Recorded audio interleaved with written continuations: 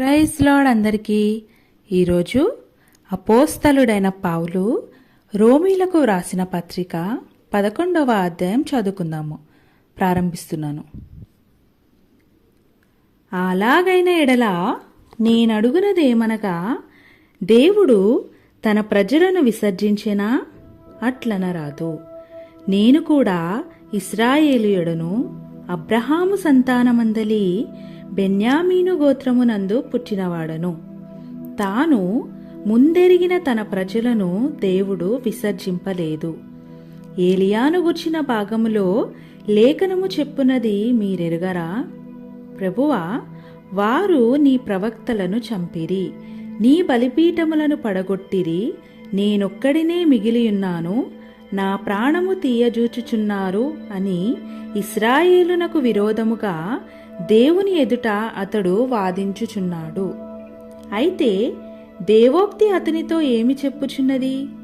బయలుకు మోకాళ్ళూనని 7,000 మంది పురుషులను నేను శేషముగా నుంచుకొని ఉన్నాను.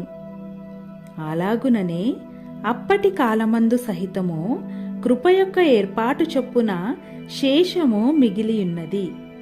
అది కృపచేతనైన ఎడల ఇకను క్రియల మూలమైనది కాదు. కాని ఎడల కృప ఇకను కృప కాకపోవును. అలాగైనా ఏమగును? ఇశ్రాయేలు వెదుకున్నది ఏదో అది వారికి దొరకలేదు. ఏర్పాటు నొందిన వారికి అది దొరికెను. తక్కిన వారు కఠిన చిత్తులైరి. ఇందు విషయమై నేటి వరకు దేవుడు వారికి నిద్రమత్తుగల మనస్సును, చూడలేని కన్నులను, వినలేని చెవులను ఇచ్చియున్నాడని వ్రాయబడి ఉన్నది. మరియు వారి భోజనము వారికి ఉరిగాను, బోనుగాను, ఆటంకముగాను, వారి క్రియలకు ప్రతిఫలముగాను ఉండునుగాక. వారు చూడకుండునట్లు వారి కన్నులకు చీకటి కమ్మునుగాక. వారి వీపును ఎల్లప్పుడూ వంగిపోవునట్లు చేయుము అని దావీదు చెప్పుచున్నాడు. కాబట్టి నేనడుగునది ఏమనగా, వారు పడిపోవునట్లుగా త్రొట్టిల్లిరా? అట్లనరాదు. వారికి రోషము పుట్టించుటకై వారి తొట్రుపాటు వలన అన్యజనులకు రక్షణ కలిగెను. వారి తొట్రుపాటు లోకమునకు ఐశ్వర్యమును, వారి క్షీణదశ అన్యజనులకు ఐశ్వర్యమును అయినేడలా వారి పరిపూర్ణత ఎంత ఎక్కువగా ఐశ్వర్యకరమగును. అన్యజనులకు మీతో నేను మాటలాడుచున్నాను. నేను అన్యజనులకు అపోస్తలుడనై ఉన్నాను గనుక ఏ విధమునైనను నా రక్త సంబంధులకు రోషము పుట్టించి వారిలో కొందరినైనను రక్షింపవలెనని నా పరిచర్యను గనపరుచుచున్నాను. వారిని విసర్జించుట లోకమును దేవునితో సమాధానపరచుట అయిన ఎడల వారిని చేర్చుకొనుట ఏమగును?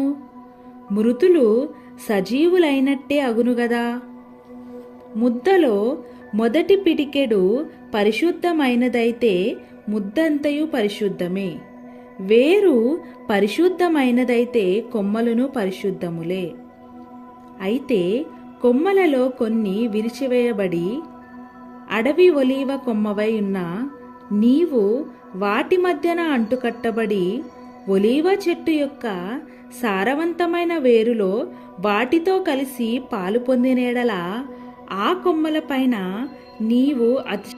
నీవు అతిశయించితివా? వేరు నిన్ను భరించుచున్నది గాని నీవు వేరును భరించుటలేదు. అందుకు నేను అంటుకట్టబడు నిమిత్తము కొమ్మలు విరిచివేయబడినవని నీవు చెప్పుదువు. మంచిది. వారు అవిశ్వాసమును బట్టి విరిచివేయబడిరి, నీవైతే విశ్వాసమును బట్టి నిలిచియున్నావు. గర్వింపక భయపడుము. దేవుడు స్వాభావికమైన కొమ్మలను విడిచిపెట్టని ఎడల నిన్నును విడిచిపెట్టడు. కాబట్టి దేవుని అనుగ్రహమును కాఠిన్యమును అనగా పడిపోయిన వారి మీద కాఠిన్యమును నీవు అనుగ్రహ ప్రాప్తుడవై నిలిచియున్నడలా నీ మీద ఉన్న దేవుని అనుగ్రహమును చూడుము. అట్లు నిలువని ఎడల నీవును నరికివేయబడుదువు. వారును తమ అవిశ్వాసములో నిలువకపోయిన ఎడల అంటుకట్టబడుదురు. దేవుడు వారిని మరలా అంటుకట్టుటకు శక్తి గలవాడు.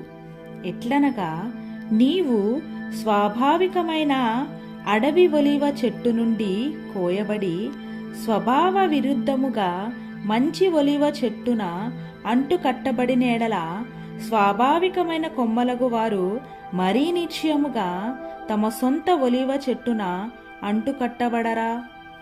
సహోదరులారా, మీ దృష్టికి మీరే బుద్ధిమంతులమని అనుకొనకుండునట్లు ఈ మర్మము మీరు తెలుసుకొనగోరుచున్నాను.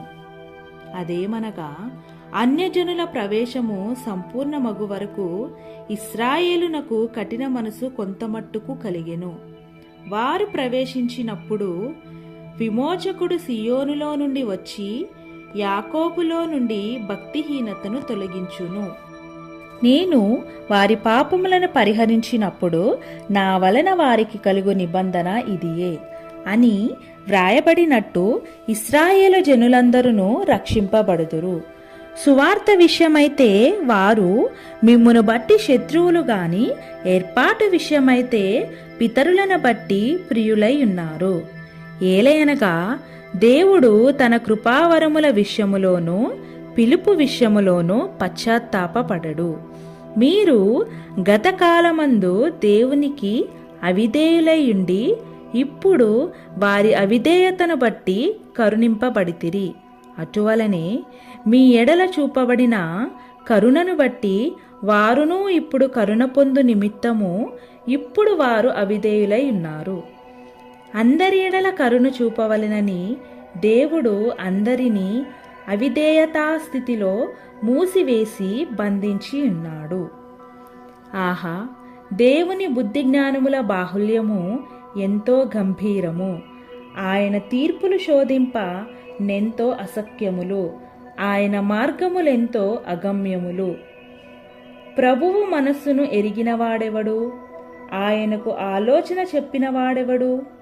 ముందుగా ఆయనకిచ్చి ప్రతిఫలము పొందగలవాడెవడు?